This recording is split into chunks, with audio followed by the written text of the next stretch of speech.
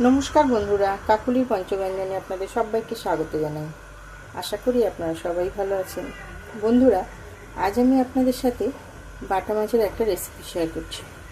তার জন্য আমি এখানে 250 গ্রাম বাটা মাছ নিয়ে নিয়েছি। দেখুন, মাছটা আগে থেকেই আমি কেটে ধুয়ে ভালো করে নুন হলুদ মাখিয়ে রেখে দিয়েছি।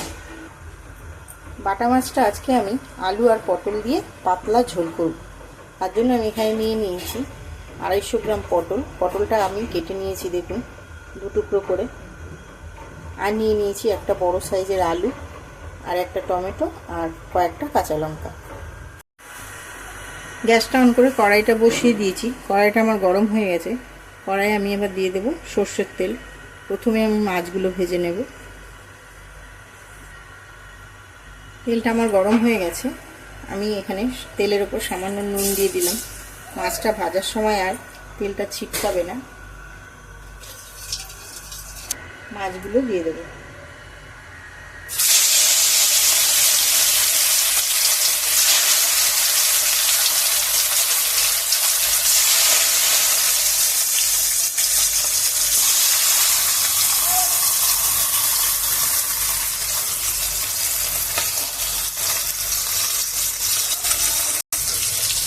দেখুন, মাছের এই দিকটা ভাজা হয়ে গেছে। এবারে মাছগুলো উল্টে দেব।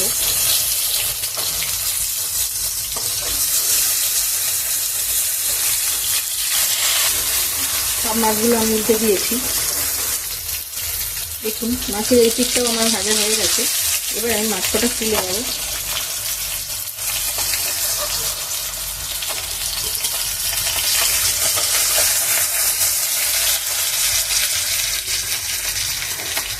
তেলের ওপরেই পটল কটা ভেজে নেব।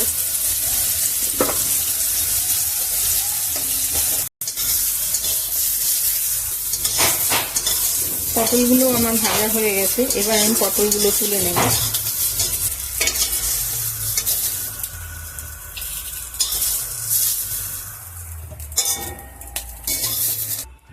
পটলগুলো আমি তুলে নিয়েছি। এবার কড়াই আমি আর একটু সামান্য তেল দিয়ে দেবো।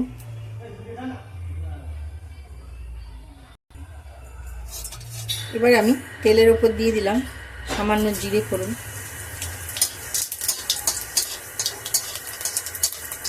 জিরে ফোড়নটা দিয়ে আমি আলুগুলো ভেজে নেব।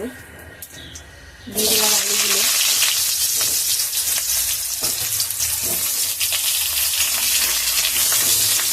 আলুগুলো আমি একটু ভাজবো।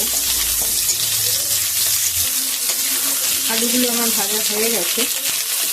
এই সময় গ্যাসের ফ্লেমটা একদম লোতে রেখে দিয়েছি। এবার ওই আলুর ওপরেই আমি দিয়ে দিলাম টমেটোটা। টমেটো দেওয়ার পরে আমি এখানে দিয়ে দিলাম 1 চামচ নুন। নুনটা দিলে টমেটোটা তাড়াতাড়ি সিদ্ধ হয়ে যাবে।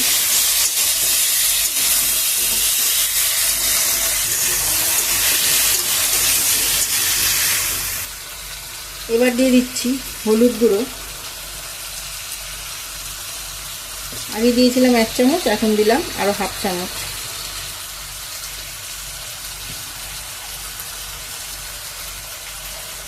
আর দিয়ে দিচ্ছি 1/2 চামচ আদা বাটা।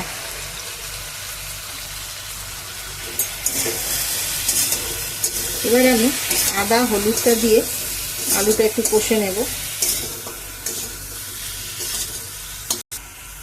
আদা আর হলুদটা দিয়েও আমার কষা হয়ে গেছে।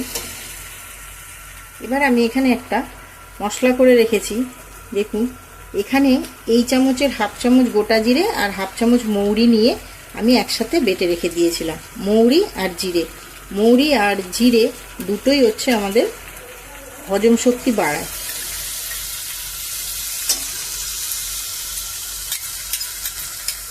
দিয়ে দিলাম জিরে আর মৌরি বাটাটা।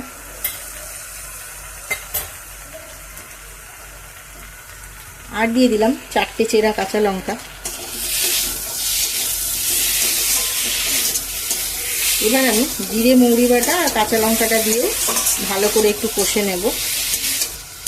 বন্ধুরা, আমি সবসময় বলি নুন আর ঝালটা আপনারা আপনাদের পছন্দ মতোই ব্যবহার করবেন।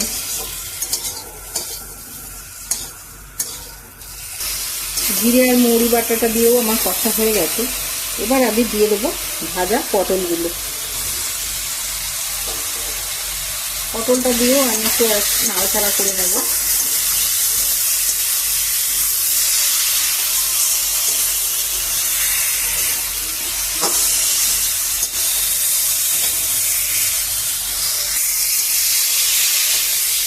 পটলটা দিয়েও আমি কষে নিয়েছি।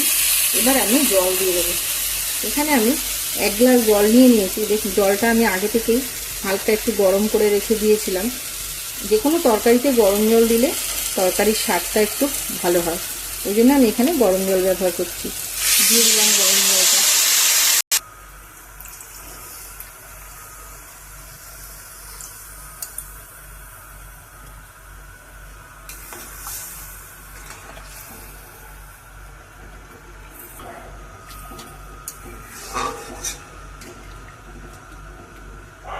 এবার আমি ঢাকা দিয়ে দেব 5 মিনিটের জন্য।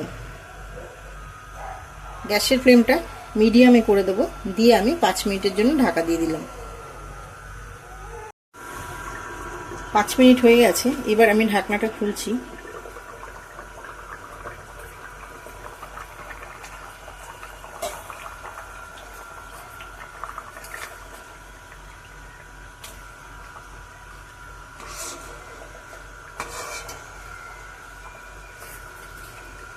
দেখুন, আলুটা আমার সিদ্ধ হয়ে গেছে।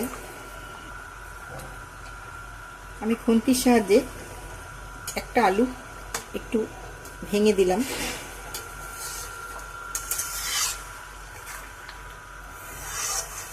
আলুটা সিদ্ধ হয়ে গেছে। এবার আমি দিয়ে দেবো মাছগুলো।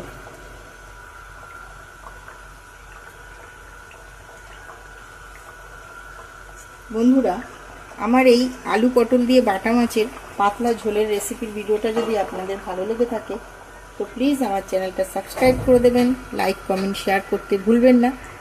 এবার আমি দিয়ে দেবো 2টো চেরা কাঁচা লঙ্কা। আগে আমি 4টে দিয়েছিলাম, এবারে আরও আমি 2টো কাঁচা লঙ্কা দিয়ে দিলাম। দিয়ে আমি আর 1 মিনিটের জন্য ঢাকা দেব। 1 মিনিট হয়ে গেছে। এবার আমি ঢাকনাটা খুলছি।